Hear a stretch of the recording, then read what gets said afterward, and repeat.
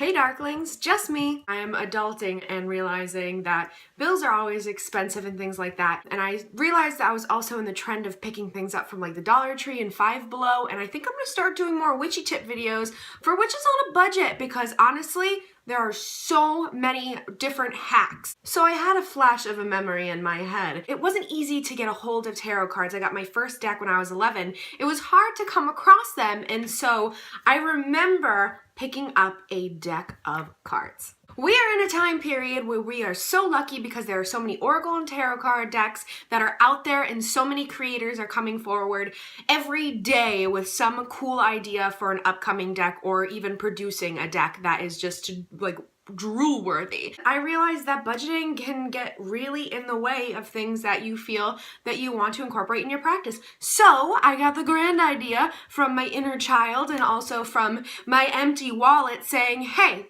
you need to tell them that they can use this as a tarot card deck. So we're gonna do some cartomancy with playing cards.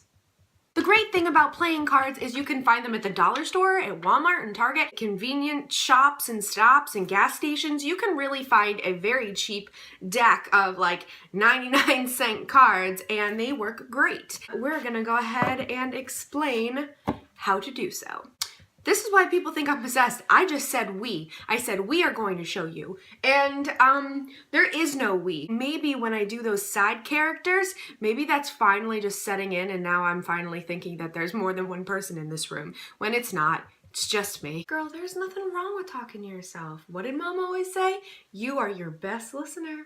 Trust me, I get that, but it's still kind of like one of those things where you're like telling people we when there is no we, and then they're gonna think you're batshit crazy. Yeah, but do you know you're not batshit crazy? Because that's all that matters. But that's the problem. I am batshit crazy and I know it, so what does that mean? How am I supposed to know? I'm you. You're batshit crazy. That's your problem. So this is going to be a basic 101, very brief, skim the surface. You guys know the drill if you've seen my 101 videos. Something important to remember about using playing cards as tarot cards is that there are only 52 of these, and in a tarot card deck there are 78 cards. Now, with a deck of playing cards, you're really only using the minor arcana, not the major. When you open up your deck of cards, you will notice the Joker. There are always usually two Jokers, one that has basic print information about the deck, and then just basically the Joker. There is an option here for you. You can either get rid of the Jokers completely, or technically, you can use it as the single and only major arcana card as the Fool. I personally do leave it in. I feel like its part in home is inside of the deck, so I do leave the Fool in there. So the first up are the Spades. It should be pretty easy to remember. You can poke someone with that, so think of swords. Swords is also the air element, something really important to remember. For all of these, by the way, I'm going to be describing what they would be in the tarot. I'm not going through every meaning of every tarot card in a 78 card deck, or even in the minor, which would be a 56 card deck, even though there are only 52 cards, so you have to understand that. So you have aces. Any ace inside of a deck is just one. It's not a high card like that. It's always one. So it's your one. So this would be the one of swords. And of course you've got the 2 and the 3 and the 4, and you go all the way up to Jack. Now, because there are 56 cards in the minor arcana and only 52 cards, there are not any pages in any suits. So the page of anything is not present inside of a playing deck. The only thing you have to remember is the queen is still the queen, the king is still the king, and the jack is actually a knight. So you have the knight, and you have the queen, and you have the king of swords. It'll be like that for every suit. Well, I just do believe the next cards in the deck would be the diamond. There's an easy way to remember this. A diamond is materialistic, and when you're thinking about materials, you're thinking about earth and pentacles. So here's your pentacles. Everyone wants to be a witch and wave a wand around if they don't exactly know what it is, and it's no different than when I'm angry and want to swing a club around. Remember, that is your comparison for the clubs, which of course is your wands. Now, I will mention this because it's a disclaimer.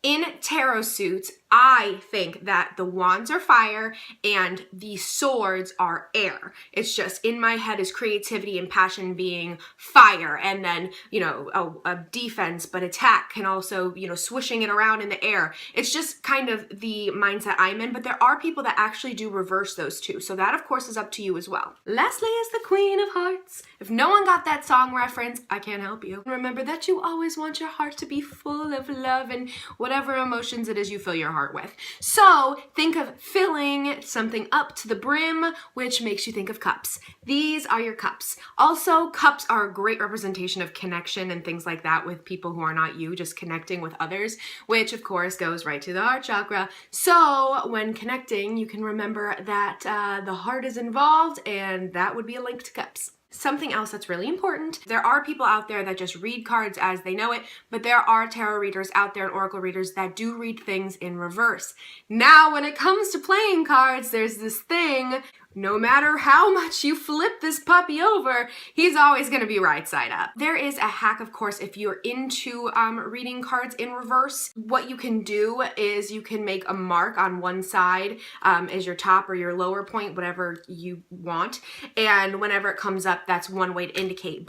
Or you can just, you know, just leave it as it is if you want. I actually, when it comes to just using playing cards, because I do like having a full 78 card deck, as much as I still love using these and I think it's a really fun tool and it's a great hack, I do still just read them as they are. I just don't do reversals when it comes to playing cards. So now what do you do with this information? If you know what the basic meanings of each card in a regular tarot deck are, then you won't have a problem figuring that out. But if you're new and you are just using this as a hack to kind of practice your first tarot, I wouldn't recommend this as your first because there's no pictures to go off of and kind of get that visionary aid there, the visual aid there. So I would recommend starting off with the Rider and Waite deck. It's amazing for starters. I have that. It was one of my first tarot decks and absolutely recommend that for any beginner because it's very easy to read. Anyway, you can definitely just kind of keep a manual close and use it that way. This is just an amazing trick, and we did this as kids and I still do it today.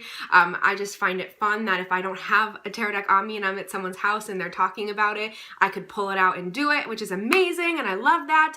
But something else that you can always think too, especially if you kind of just want something a little different, is you can associate numbers to certain things and associate suits to different things and kind of make your own-ish tarot deck or oracle deck, because technically you wouldn't be following the rules of tarot and their basic meanings, but you can go ahead and be creative with it. Seriously, you're not going to get in trouble for doing it a specific way. I just thought this was a nifty tip for those who really don't have the means to buy a tarot deck right now but still want the ability to do so, or for those who thought it would be kind of a cool thing to try if you have a deck laying around of cards and you are a pretty experienced reader. I mean, this is good for anyone. I love hearing from you guys as always. I love your suggestions, questions, comments, blah blah blah blah blah. Love your likes and love your subscriptions. So thanks for playing along, just saying.